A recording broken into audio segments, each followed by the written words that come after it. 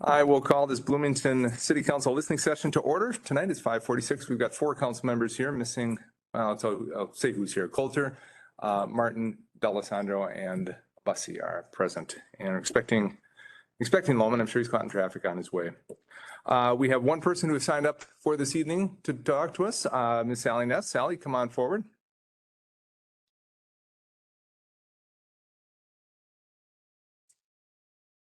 Good evening and welcome. Yeah.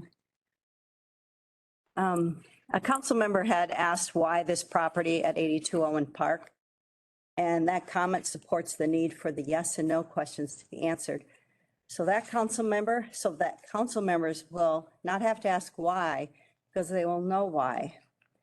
I have not received responses to all my questions, and some of the responses I've received have not been clear, and therefore tonight I'm asking the questions again. So I'm going to start from the beginning.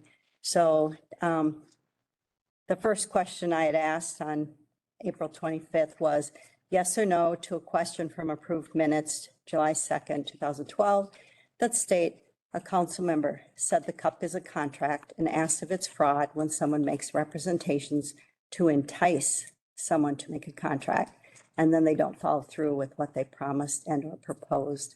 And I'm sure the attorney is the one that would be answering that. I mean, I think Mr. Verbrugge has answered that question at least a couple of times. And the answer yes or no? I think it, like we talked about last week, sometimes it's not a simple yes or no. Sometimes there's nuance to it. Sometimes you got to put reference around it. Sometimes you got to put context around an answer. Actually, this one I didn't, let's see, it said it was provided on 5/7, but again, I wasn't clear on what the city stated. So 5/7 as if in the meeting it was clarified, and then what would be the nuance? Because again, it's asking if it's not on a specific, it's asking in general if it's fraud to make representations, and then it's to entice someone to make a contract. So again, it's a generalization. I mean, so yes or no, and you're saying the city can't answer that, and the nuances are what specifically? Mr. Verbrugge, how do we answer this? This is So Mr. Mayor and council members, the question around fraud is not simple to answer because there are many different things that would qualify as fraud. And the biggest thing about whether something is fraud has to do with intent. So the frustration or the challenge or the question that we have as we look back is it's not possible for us to judge intent of comments that were made 10 years ago.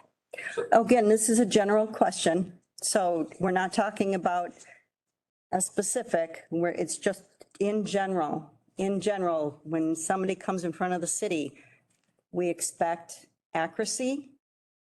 And if someone was misrepresenting their intentions for the use, and they were doing it to make a contract, is it fraud? And I'm not talking about, is it fraud that we would win in a court case? Is it fraud? Just general, I mean, basically making a statement, would like the city to make a statement. It's fraud. We don't accept it. That doesn't mean the city can go and, charge anyone. That's not what this question is about. This question is, we here at the city, when people come in, make a conditional use permit or even any of the permits that they take out, that they're supposed to fill them out accurately. And if they, like people who fill out a permit for, I'm drawing a blank on general permits people need for doing yards or something like that. We expect them to be accurate. And if they're purposely misrepresenting what their intent is to entice, so that they get it, is that fraud? This is a general question. It's not about. Ms. Manderson. So with respect to your line of questioning, Ms. Ness, you said you're asking a general question, but you're clearly applying it to approved minutes from July 2nd of 2012. That was You're also asking a yes or no question and then stating a a sentence that was put in minutes.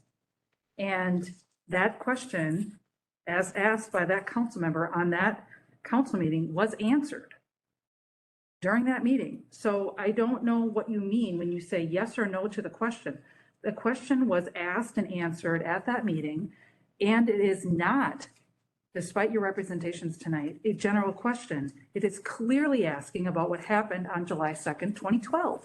July 2nd, 2012, the answer to that question was he probably didn't represent the building. So the council, So what other answer are you looking for? Because the question was asked and answered. because the answer to the question did not answer the question. It was a general question, just a general question, is it fraud? And then the answer was he probably didn't represent the building. So the question was never answered in 2012. Now I would like an answer now so that we move forward knowing it is fraud or it's not. I mean, if we as a city thinks it's okay that someone, comes in and gives an idea of what they plan to use, but and there's data showing differently. I mean, is that how our city is moving forward? Are we okay with people coming forward so that they can get something?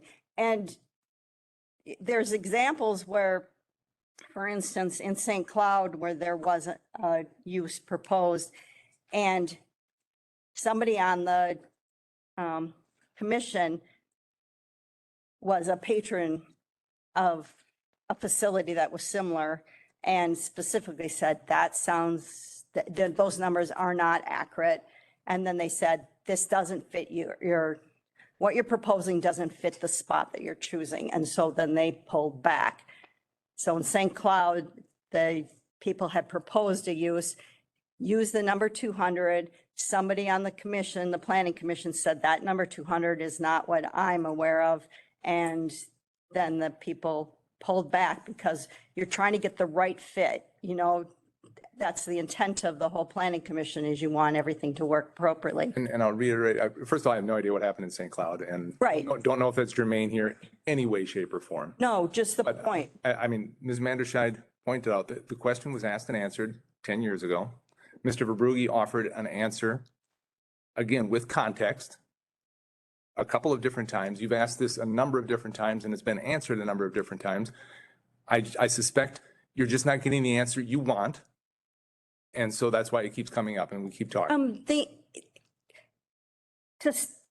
In 2012, when the city attorney said he probably didn't represent the building, does not answer the question at all. Is it a contract? Is it the cup is a contract?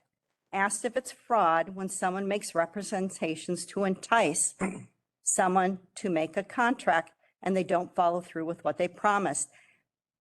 So are we able to generically say that the intent of an agreement, like a conditional use permit, is that we get information and we make a judgment about whether that's an appropriate use based on the information's there.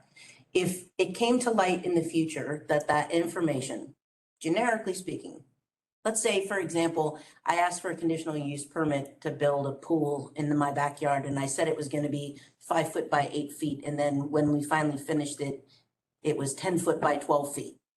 Is that fraud because I said 5 foot by 8 feet? Or do we come back and work again on the fact that, hey, in order to do this right, I had to build it a different way and we adjust the conditional use permit, right? Which is, I think, the normal course of business.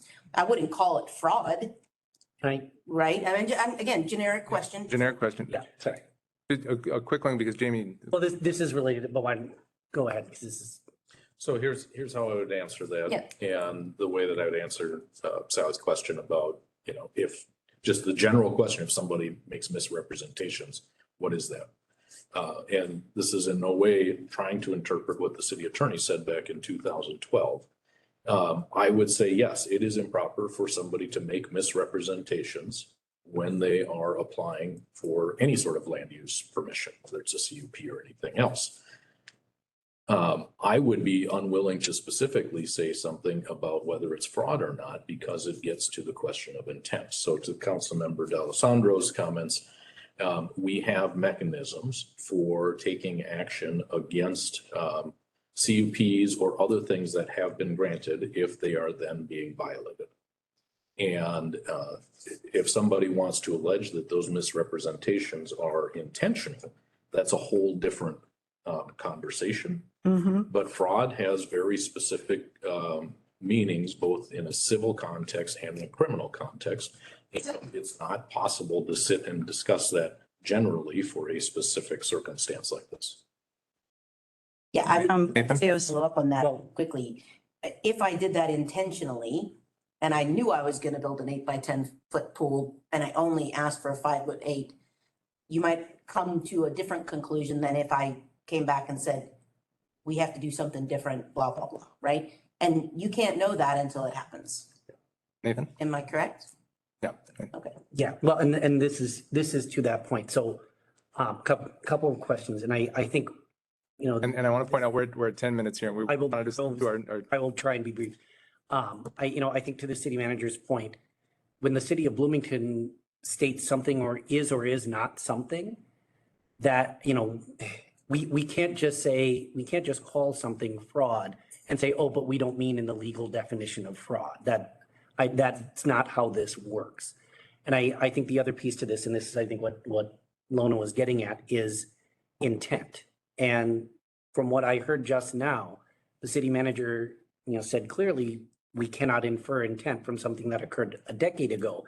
And it sounded to me, perhaps I misunderstood, it sounded to me like you did infer intent, because I heard you say that this person came and spoke and intentionally misrepresented what they were doing. And I think the issue is that we cannot infer, let alone prove intent. And then the other question I have is, So we got to wrap up here. yeah, just quickly for the city attorney, though, related to conditional use permits. Is my understanding correct in that what we can enforce? I mean, if with a conditional use permit, conditions are the only things we can enforce, correct? Like even if Lona comes to the city council for a conditional use permit and says, I'm going to build a 5 by 8 foot pool, but actually builds a 10 by 12 foot pool, unless the 5 by 8 foot pool is in the conditions, there's nothing the city could do to actually enforce that. Am I correct in that understanding? Mayor, members, that's a little bit of a nuanced fact pattern. I mean, typically you would have gone in for approval and a pool wouldn't really, I mean, that doesn't really fit that. But typically like with a setback, that would be a more common, or you wanted to put a garage. I mean, it has to do with more with land uses, not like. Can I answer? Because I have specifics. For instance, you go in and you have a building and you have all of these designated spaces, and then it says you have a conditional use permit for these uses. If you have any changes, the city has to approve the changes. So it connects your plan with what was approved. So they are connected, but the only thing that's filed is the conditional use permit.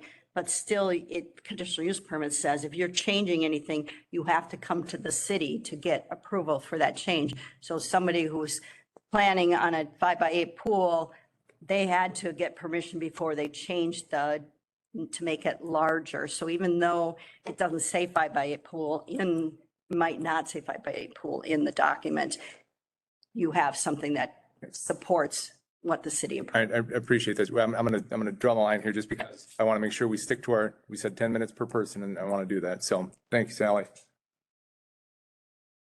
Pam, did you have anything to bring forward? I wasn't sure, and I think, so I can ask. Please, yep. Part of it is clarification, and part of it, of course, is my opinion.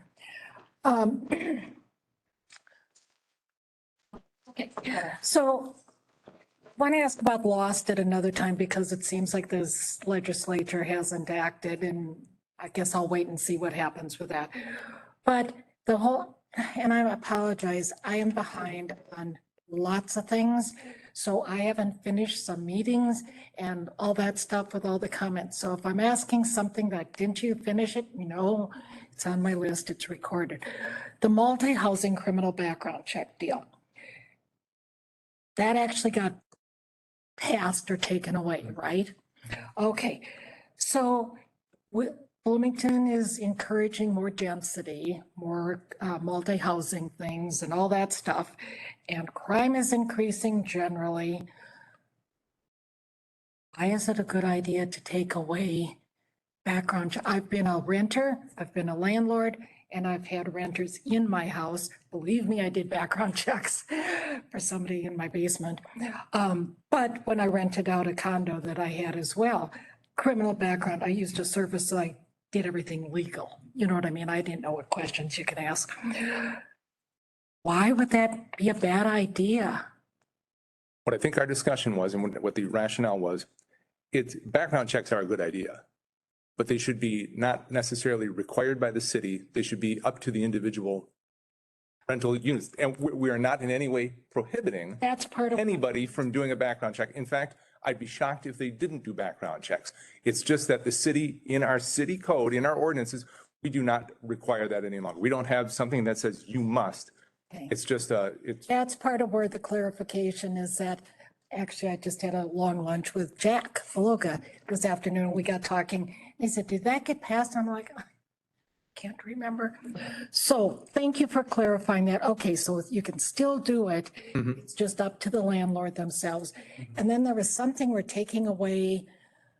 So like if a landlord, they can't be held liable for something, there was some additional thing it seemed on that and our penalty, whatever it may, okay. I'm not remembering that question. on that. I can't recall that. I didn't know if they get somebody in there and somebody's a nuisance person and you keep getting complaints, if they will not have as much repercussion or problem, and I can't remember, but, okay, so You're talking about crime-free multi-housing? Yeah, that's what she's getting at. yeah. And I mean, well, you know, I will see those crime reports with Blooming Meadows or whatever, and there are certain areas that have a lot of problems and stuff. Now, then I was trying to be devil's advocate, and maybe this isn't why. You just want the city out of it, is that it? Exactly. Okay. If the thought was you rent out, you buy a house, you don't have to pass a criminal check, you know, that I'm aware of. Maybe Wells Fargo did. But, okay, and then you were thinking, I didn't know if you guys were thinking, if you can't afford a house, why should you get penalized? But that isn't, you just want the city out of that decision. It seemed from an equity perspective, from a city process perspective, just from the way ordinances are written, it just seemed to make more sense. So when you say equity, that's what made me wonder if it has to do with if you have money, you're okay, even if you came out of jail. And I mean, I agree. If you serve your time, no matter what color you are, no matter whatever you are, if you can't get a job, I worked in HR for a number of years. You have to be careful what questions you asked and everything. And if you can't get a house or place to live, your future isn't too bright and you're probably not going to live a good legal life or whatever. So yeah, I was trying to decide between, is it equity? Maybe if it's the city not wasting their time. It's But you know, a combination of those things put together. So just leave it on the individual rental properties to determine what they want to do, how do they want to determine who moves into their place. and I can sort of appreciate that. It's just that with the city getting involved with other things like the pray away the gay thing, what is that? The Conversion there. Thank you. You know, it has gotten involved with some things that take time, but then something that has to do with safety and stuff like that. So just thank you for clarifying that. I do have the information on the other piece. Oh, please, if you found it, sure. So what we repealed was that we would no longer start revocation procedures for the landlord's license based on tenants' convictions of 3 disorderly behavior or nuisance conduct conditions within a 12-4 period. So in other words, we're again not getting involved in the dispute between the landlord and the renter, the tenant. Yeah, that's what we said. But the landlord can say, you're trouble, you're out of here. I believe we did not change that, correct? That is correct. Just removed our involvement. Lauren, thank you. I couldn't I articulate. had to go back to the. Yep, thanks for digging that up. Yeah, okay, thanks. Yeah, I get going with my gardening and I've got piles of agendas and minutes and all kinds of things and. Work ahead of yourself. And then trying to look back at the whole RV thing. He sent me the link to the 2020 meeting, March, and I'm in the middle of that. I have so many tabs open on my computer right now that it's like, Playing the hits around. that, We're playing the hits around. yes, yes. Goodies. All right, Thank you. That was, thank you. Nice seeing you you. already wrote it. Thank Did you. I think I spelled it right. Yes, you certainly did. Pamela. It was great. Only Pamela when people think it's Ann or Jan or, thanks. Thanks for coming. I see no one else here to speak to us. So with that, I look for a motion to adjourn. So move. Online? Second. Got a motion and a second to adjourn. All those in favor signify by saying aye. Aye. We are adjourned. We will reconvene at 6:30. Thanks. He's at a coffee shop downstairs. Go get some coffee. Ding.